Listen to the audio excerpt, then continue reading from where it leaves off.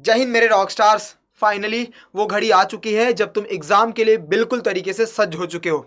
बेटा जाने से पहले थोड़े से अपने हथियार हथियार जो भी है ना उसको पॉलिश कर लो। और एग्जाम में जाना कैसे है, क्या क्या लेकर के जाना है, टाइम मैनेजमेंट कैसे रखना है, पेपर प्रेजेंटेशन कैसा करना होगा, आने वाले 4 से 5 मिनट में बिना किसी देरी के फटाफट समझा देता हूं, ताकि तुम बिल्कुल तरीके से एग्जाम को फोड़ करके आओ। बिकॉज तुम्हारा ये पहला पेपर होने वाला है, पहले बोर्ड का पहला पेपर। और पहला पेपर तो कुछ बात ही अलग होता है। पहला प्यार, पहला बोर्ड, पहला पेपर, बात ही अलग है। आइए मेरे चैंपियंस, तो ऑल द बेस्ट मेरे रॉकस्टार। सबसे पहले मैं बता दूं कि आपको लेकर के क्या जाना है। सबसे पहले ध्यान में रखना, आपके पास एडमिट कार्ड होने चाहिए और एग्जाम पैड। यस सर, हमें पता है एडमिट कार्ड नहीं भूल सकते, तो एडमिट कार्ड जरूर लेकर के जाना और एग्जाम पैड लेकर के जाना। साथ में ब्लू पेन कम से कम 4 से 5 अपने पास रख लेना, घर पे ही चला करके एक दिन पहले ही, मतलब आज हो सके या एक दिन, मतलब आप लोग क्या करोगे, लेकर के उसको कम से कम यूज कर लेना, अच्छे से चलती रहे, चेक कर लेना भरपूर। तो 4 से 5 कम से कम ब्लू पेन अपने पास रखना, ब्लैक वगैरह मत ले जाना, सिर्फ ब्लू पेन लेकर के जाना। उसके बाद ज्योमेट्रिकल बॉक्स, बॉक्स में पेंसिल होना चाहिए, आपके पास स्केल होना चाहिए, जो भी सारे आइटम्स होते हैं ज्योमेट्रिकल बॉक्स के उसमें।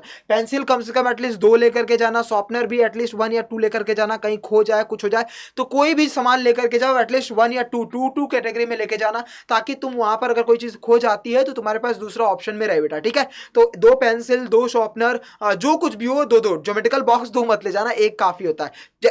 ऐसे आइटम्स जो हमेशा यूज होते हैं, जैसे पेंसिल आपको हमेशा यूज होगा तो कम से कम एटलीस्ट 2 लेकर के जाना। शॉर्पनर करके ले, शॉर्पनर ले जाना, उसको शॉर्प करके जाना बेटा पेंसिल को, ताकि वहां पर आप करने मत बैठे हो। रेजर लेकर के चले जाना, ठीक है, ये सारा चीज लेके जाना। वाटर बॉटल एक प्लेन लेकर के जाना, जो मतलब वो होता है ना, जो आमने सामने मतलब चारों तरफ से एकदम क्लीन दिख रहा, वो वाटर बॉटल लेकर के जाना चाहिए होता। मार्केट से 20 वाली बॉटल खरीद लेना और उसके जो स्टिकर होते हैं उसको हटा देना, प्लेन वाला। नेक्स्ट, सबसे ज्यादा इंपॉर्टेंट बेटा जी, पेरेंट्स के ब्लेसिंग्स लेना मत भूलना। पेपर में जा रहे हो तो तुम्हारे लिए सबसे बड़ा रोल होता है पेरेंट्स के ब्लेसिंग्स, तो उनका आशीर्वाद लेकर के पेपर की शुरुआत करना, बहुत पेपर अच्छे जाएंगे। और प्रयास करना बेटा कि अपने सेंटर पर एटलीस्ट 1 घंटे पहले पहुंच जाओ। आधे घंटे भी पहले पहुंचते हो तो भी अच्छी बात है, जितना जल्दी पहुंच जाओगे पैनिक तुम्हारा स्टार्टिंग से कम रहेगा और तुम बोर्ड एग्जाम को अच्छे तरीके से दे पाओगे। कभी कभी ऐसा होता है कि तुम लेट पहुंचते हो तो वैसे डर जाते हो, पता नहीं अंदर जाने को मिलेगा, पहले से ही पैनिक होकर के आओगे, फिर पेपर में पैनिक हो जाओगे। इसीलिए प्रयास करना कि 1 घंटे पहले पहुंच जाओ। अगर बाय द वे घंटे नहीं पहुंच पाते हो किसी कारणवश से, तो घबराना मत बेटा, आराम से टाइम से 10 बजे से पहले पहले सेंटर पे पहुंच जाना। 10 बजे तक गेट खुला रहेगा,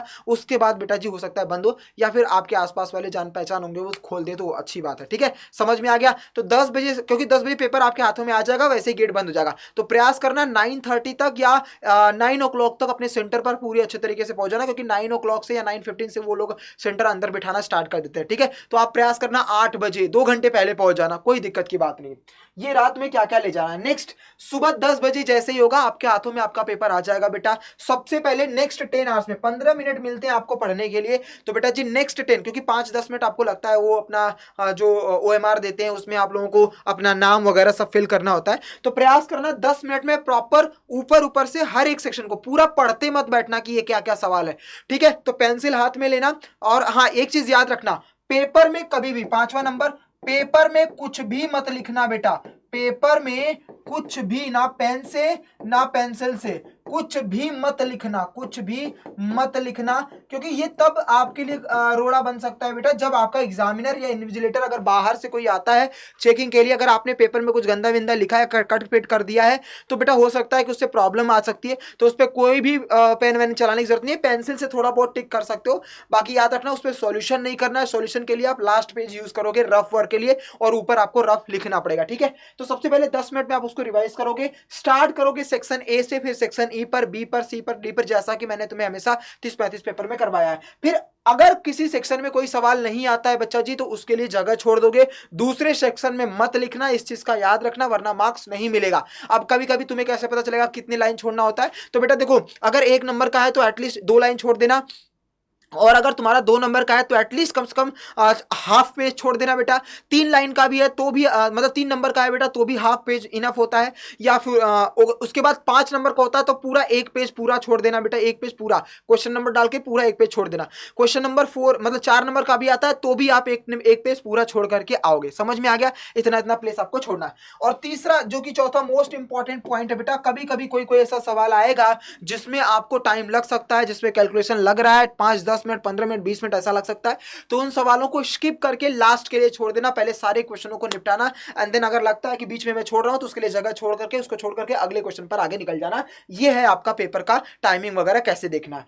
नेक्स्ट, अब आपको पेपर प्रेजेंट कैसे करना है बेटा, ध्यान से रखना। जैसे सेक्शन ए आया, आप लोग ने सबसे पहले आपके पास जो कॉपी आएगी तो फटाफट से ना देखो, ये मार्जिन तो बना रहता है, राइट साइड में एक मार्जिन ड्रॉ करते हैं ना पेंसिल से। किससे ड्रॉ करोगे? पेंसिल से। ये पूरा ब्लैंक मिलता है, आप क्या करोगे, राइट साइड में एक ऐसे लाइन ड्रॉ कर दोगे बेटा, ठीक है, पेंसिल से आपको ड्रॉ करना है। और तब तक यहां पर RW मतलब रफ वर्क नहीं लिखोगे जब तक कि तुम छोटे मोटे कैलकुलेशन, जैसे मान लो तुम मल्टीप्लाई करना है, तुम्हें एडिशन करना है, तुम्हें सब्ट्रैक्शन करना है, तो तुम इस राइट वाले में कर सकते हो। और राइट ऊपर, या अगर तुम कर रहे हो तो ऊपर लिखना मत भूलना रफ वर्क, और अगर नहीं कर रहे हो तो बिल्कुल मत लिखना। और याद रहे, ये पेंसिल से ही लिखना है, पेन वगैरह से नहीं। लिख भी सकते हो ब्लू पेन से, कोई दिक्कत की बात नहीं।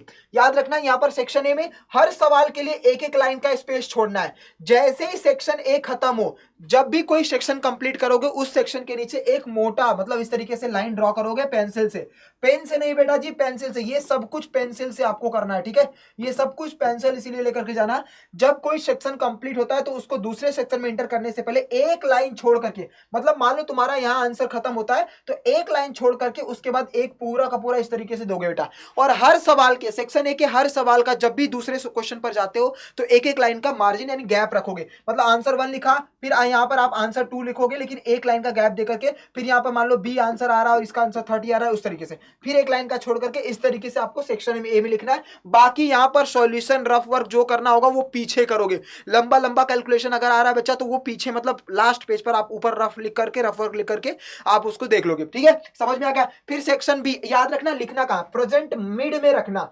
सेक्शन ए नीचे लिखने के बाद, सेक्शन ए नीचे लिखने के बाद एक पेंसिल से ऐसे जो जो चीजें दिखा रहा हूं ना, ये पेंसिल से, ये भी पेंसिल से उसको हाईलाइट कर देना। क्वेश्चन नंबर डालने के बाद इस तरीके से पेंसिल से, ये लास्ट में करना, क्वेश्चन के नंबर के नीचे पेंसिल से करना, वो लास्ट में जब तुम्हारे पास टाइम बचेगा तो, वरना डायरेक्ट आंसर लिखते चले जाना। जैसे मान लो कि आपने 21 का स्टार्ट करा तो ऑप्शन ए, जैसे ऑप्शन में आता है ए या बी कर रहे हो तो ए कर रहे हो तो ए का नंबर जरूर डालना, बी कर रहे हो तो बी का नंबर जरूर डालना, ठीक है। वो डाल करके आप मिड से क्वेश्चन को सॉल्व करना स्टार्ट करोगे। इस तरीके से पूरी की तरीके से प्रॉपर प्रेजेंटेशन आपको दिखानी है बेटा।